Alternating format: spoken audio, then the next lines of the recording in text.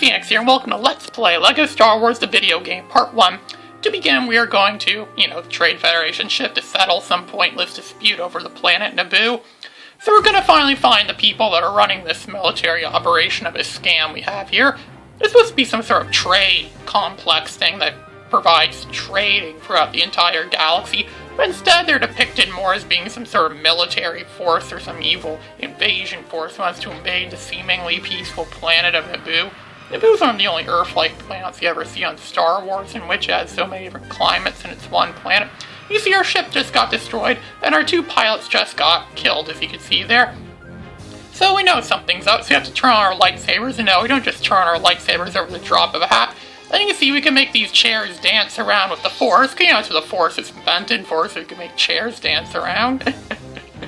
And one of the biggest parts of this game is collecting as many studs as possible. When you fill up a stud meter, you see on top of the screen, you get what's called a piece of the super kit, a super kit piece, and that's going to equal something really big at the end of the game, so collect as many studs as possible. The good thing is, unlike in its sequel, LEGO Star Wars 2, the original trilogy, you only need to get this once. It doesn't matter if you get it in story mode or pre-play mode, you just need to get it once and that's it. It's not like in LEGO Star Wars 2 and it makes you get it once per story mode and once again for, free play. At least this game doesn't do that, so that's kind of good in this game's part. And Complete Saga doesn't do that either, but maybe they would have run out of disk space if that game if they did either.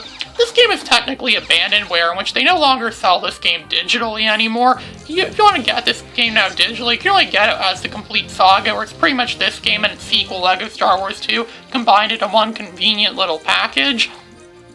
And so, of course, there's so many things to use the Force. It's a Force-heavy game. This game predates the Force Unleashed, so that's saying a lot. There's a lot of things you could use your Force on to earn you a lot of cash, a lot of money, a lot of studs.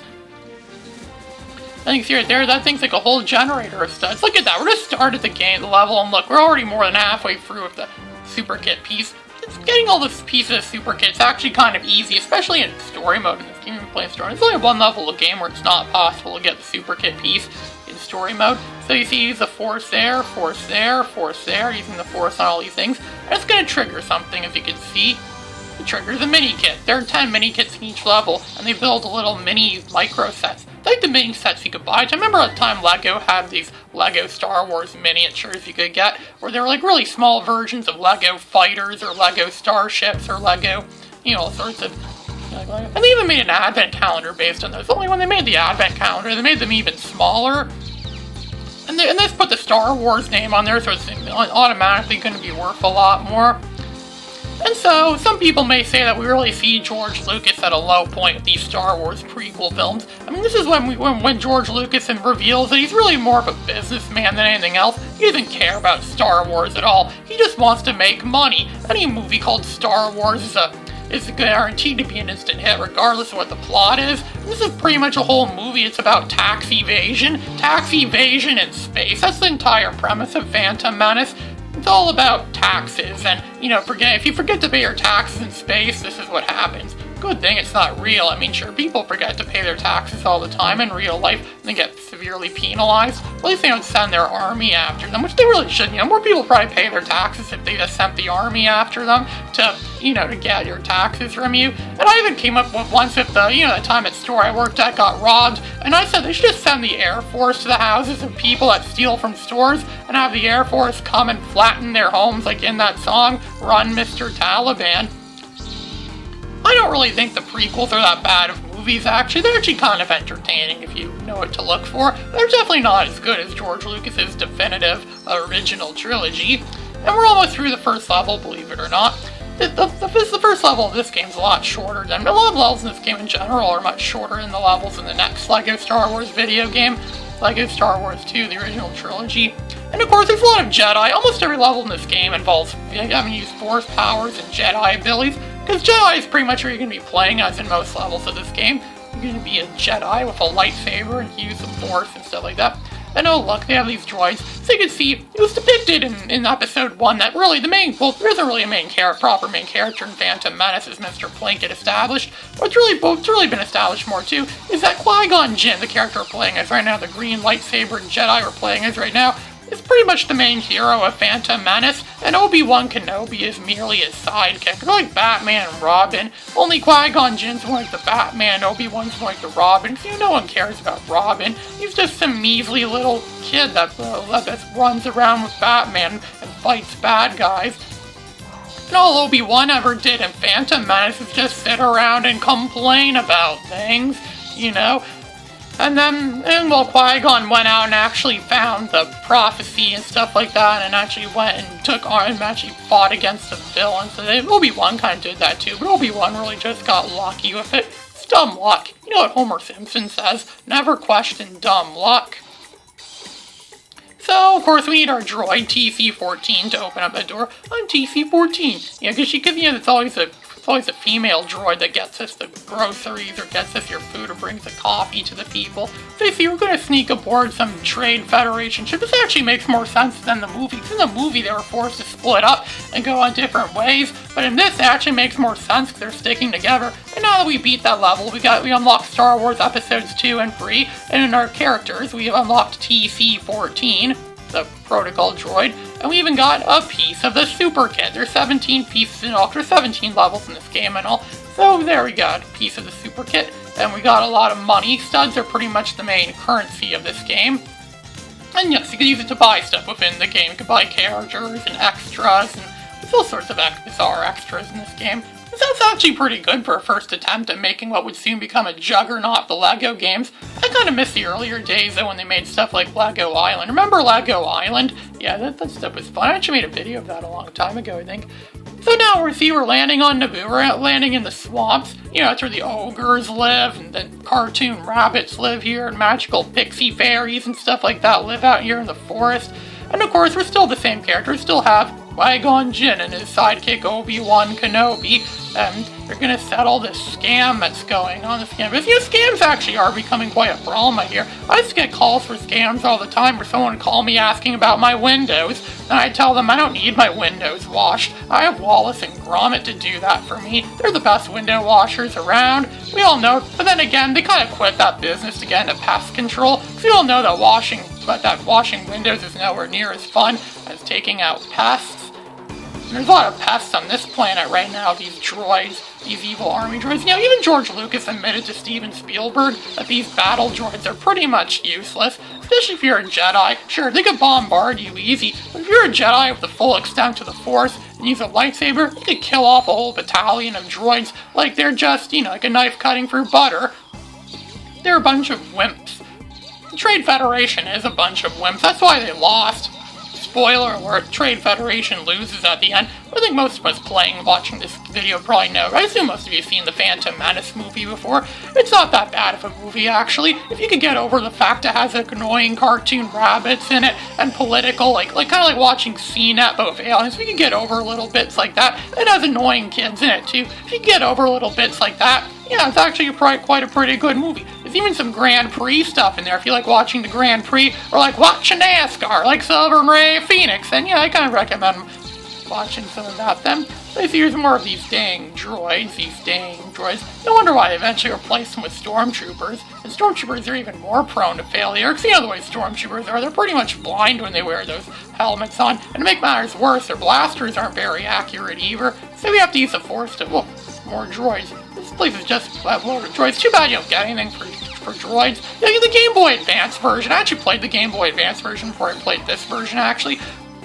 And the Game Boy Advance version is actually pretty good. I might do a Let's Play of that sometime in the future. But in the Game Boy Advance version, you actually get studs based on how many droids you kill in the level or how many enemies you defeat in the level. That's actually pretty good. They did that in the GBA version. The Game Boy Advance really was the greatest portable handheld ever. Come on, the Game Boy Advance gave us all the great stuff, which made any trip to your grandma's house a trillion times better. I know, the Game Boy Advance is like a portable SNES in your hands. I always wanted an SNES, but I never got one. I was just left with emulators instead. So now we're gonna meet the reason why a lot of people hate this movie. There's Jar Jar Binks, and oh look, he's about to get run over. Let's just leave him to get run over. No, Qui-Gon's too good of a Samaritan to let some thing get run over. You know what would have made this movie a lot better? Is if Star Wars could get the licenses to other characters and incorporate other characters from other franchises in this game. Like maybe instead of it being Jar Jar, it could have been, and he could be like, I am Rain Osama Bin Laden or something like that, or I am Bean the President, I am Bean something, I am Harry Bean Potter, I am Harry, well, you know, Mr. Bean, he appears in all those, you know. And some people think it was unnecessary putting comedy in Phantom Menace. So a lot of people are saying, if I wanted to laugh at a Star Wars movie, I would have watched Spaceballs.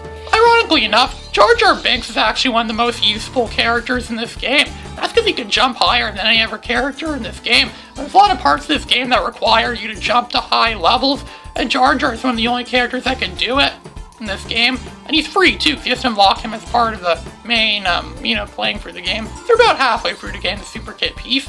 And I see now we're like kind of like in a Crash Bandicoot type game where like the speaking of Crash Bandicoot, this game was developed by Traveler's Tales, which also I think developed the fourth Crash Bandicoot game, which was pretty good. I like Wrath of Cortex. I really should make a video of that someday in the future. I bet all you Crash Bandicoot fans out there would love to see that. Whoa, fall off the edge and we'll just... You lose studs when you get killed in this game, unless you have invincibility. But when you have invincibility, you can only get killed by falling off the ledge and then you lose studs. And that costs 1,000,000 studs. Is it possible to get 1,000,000 studs in this game? Oh yeah, it definitely is. You just have to play a lot if you want to get so many studs. And some levels are better for it too. You'll see that eventually. So we got ourselves another mini-kit. You'd be surprised how many mini-kits it's possible to get in this game, just in story mode like this. A lot of it's really hard to align yourself. In a lot of ways too, this is kind of like a better version of Star Wars Episode 1 Jedi Power Battles. I thought of doing an LP of that game, but I don't know. That game has a lot of broken moments, but it's still pretty fun if you know how to play that game. I heard the Dreamcast version of Episode 1 Jedi Power Battles was the definitive version of the game, but the Dreamcast version is more rare, more expensive. The PlayStation version is easier to come by. And see, there's another one of those tank things. I forget what those things are called, but there's this big, whoa, it exploded right in front of me. Yeah, so there. You can just run in here and, oh look, there's some studs, an impossible to get to platform. And yeah, there's not much you can do there in story mode, so let's skip that for now. Oh, look at that, more flowers. You know, I wish flowers in real life had money like that with them, but I guess you have to use the Force to get it out of them, which, you know, no one in real life has much of the Force. I have a lot of fond memories of playing this game myself. I actually got this game on GameCube originally, because GameCube is one of my favorite systems, and I spent countless hours playing this game to a point where I got dang bored of it and didn't want to play it anymore. I think everything about this game too. If you play this game too much, you probably get bored of it. Then again, you can say the same thing about pretty much anything else too. And look at that, another mini-kit conveniently located out in the front like that. There, now we have, 5 out of 10. That's like half the mini-kits in this level. We're gonna end up rich in mini-kits. And we're almost at the Super Kit piece too, so there. I think we're near the end of the level too. The first few levels of this game don't really have much. So you see now we're still in the swamp, as you can see, and we're about to go to that city, underwater city of Odo Gunga. You know what would make this game better too? Cartoon Rabbit. The best cartoon rabbit that I know of is Roger Rabbit, from that famous Who Framed Roger Rabbit. They should have put Roger Rabbit-like stuff in Star Wars. Imagine that if they made that Star Wars combined of Who Framed Roger Rabbit. Of course, it seems like such a good idea, so naturally, it's never gonna happen. And we're really near the end. We're nearing the end, as you can see here. We keep getting bombarded by droids. Droids in this game, ironically enough, are actually smarter than they are in the movies. If droids were like this in the movies, the Jedi Order would be extinct thanks to the droids. A lot of that happened during the Clone Wars, when Jedi would fight against, battle droids. So you see, we're near completed, I think. We're really close in. We're just brushing up against the end there. And so there's more droids. You can have an infinite number of droids on hand. Come on, I know there's something more I could do here. Where is it? Oh, there's something there. Look.